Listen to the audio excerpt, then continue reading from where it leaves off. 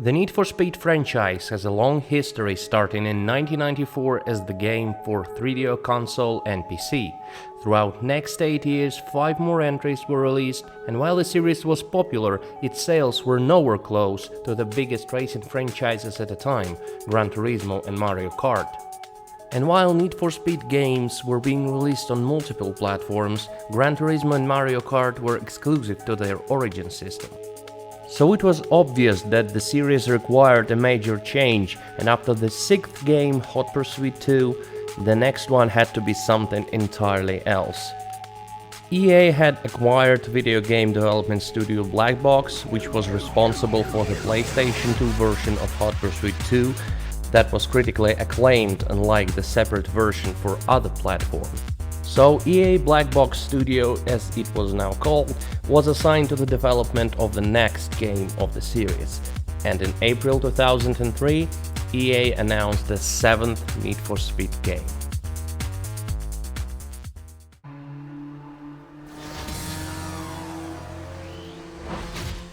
Need for Speed Underground was released in November 2003 for PC, PlayStation 2, Xbox and GameCube, and it was exactly what the franchise needed.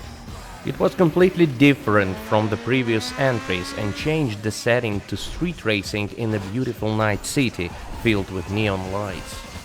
Street racing theme was extremely popular at the beginning of the noughties, especially after the release of the Fast and the Furious, but the setting was only one of the major changes that Underground brought to the series. While the previous games had a limited car customization, Underground made it the central feature of the game. The players are now able to customize the visual appearance of a car to their liking. There is a wide range of parts that can be modified: bumpers, spoilers, roof scopes, hoods, rims. You can also add neon lights with customizable color and glowing effect. You can paint a car and add vinyl wrapping to it. Of course, there are not as many customization options as in Unbound, for example, and it wouldn't be fair to compare Underground with a game that came out in 2022, but you can still create a unique car like no one else would.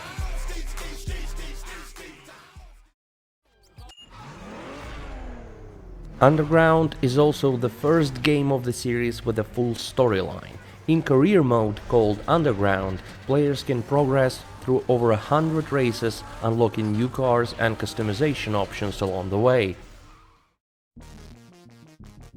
The story itself is quite straightforward, and it features several CGI cutscenes for story progression.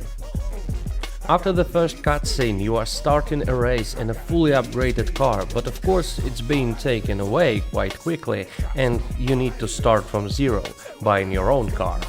At the beginning you have a choice between 5 models and you will unlock 15 more going through the challenges of the Underground mode. At certain points during the progression, usually after tournaments, which are single challenges consisting of several races, you will be getting performance upgrades, making your car faster and faster. Aside from the story, there is a quick race mode, where you can customize the car using upgrades you've received from Underground mode, and you can set up races with custom settings. The game features 4 different race types: classic circuit racing, sprint, drift and drag. Circuit race doesn't require a thorough explanation, it's not so different from any other racing game. The only special feature is a separate lap knockout mode, which is a 3-lap race where whoever is in the last place after each lap is eliminated. Sprint is just a race from point A to point B. Underground mode has time trial runs, sprint races against the timer with a unique upgrade as a reward. Nothing new here. Drift, on the other hand, is something entirely new for the series. The objective is not the speed, but rather the points that you can earn by drifting around the corners without losing control or crashing into barriers. The idea is to balance speed, angle and control to keep drifting as long as possible. There is a score multiplier which goes up to 5x, which is based on the current combo score. If you drift closer to the border of the track, you will get more points, but if you hit anything, your current combo will be annulled and the multiplier will reset to 0. And the last race type is drag. You need to complete a straight line race as quickly as possible while dodging traffic and switching transmission at the correct time. This is the only mode where transmission can't be set to auto, and also the only mode when you can crash your car. There are actually two ways to be knocked out of the drag race: getting your car totaled by hitting traffic or an obstacle, and blowing your engine by forgetting to switch the transmission. One of the features of the game are style points. You can earn them during the race by performing specific actions like drifting, evading obstacles, or using shortcuts, but hitting the traffic will result in penalty. Style points gain increased based on your style modifier that depends on your car visual upgrades. These points are used for various visual upgrades as well as custom designed cars. Need for Speed Underground also introduces nitrous oxide into the series, a resource that gives your car a speed boost. Unlike in future games like Most Wanted, here it can be recovered and you only have a limited amount of N2O for a single race. Now going into the gameplay itself, in my opinion this game has one of the best car controls for a casual racing game. While it's very responsive for a usual circuit or sprint races, it might take a while for a player to master drift. The physics are pretty interesting. The collision with the wall will not affect the car movement as much as hitting the traffic, which will send your car flying. Sometimes it takes several seconds to continue the course after a collision. Even though the game has a car reboot button, there is a slight delay before you can use it.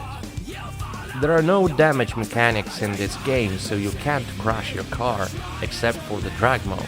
After all, Underground doesn't position itself as a real driving simulator, it's casual friendly in the first place. Difficulty-wise, the game allows you to choose between easy, medium and hard difficulties for each race, but AI doesn't really provide much of a challenge. I would even say that dodging the traffic is harder than getting ahead of AI racers, even on high difficulty. Back in 2003, the game was praised for its graphics, and it looks decent even today, though it doesn't natively support widescreen. Thankfully, there is a mode for that for the PC version, which I am using now. And of course, you can't mention Underground without praising its soundtrack. 26 songs of different music styles, hip-hop, rock and techno music as well. It fits the atmosphere and overall design, and without its music, it would be a completely different game.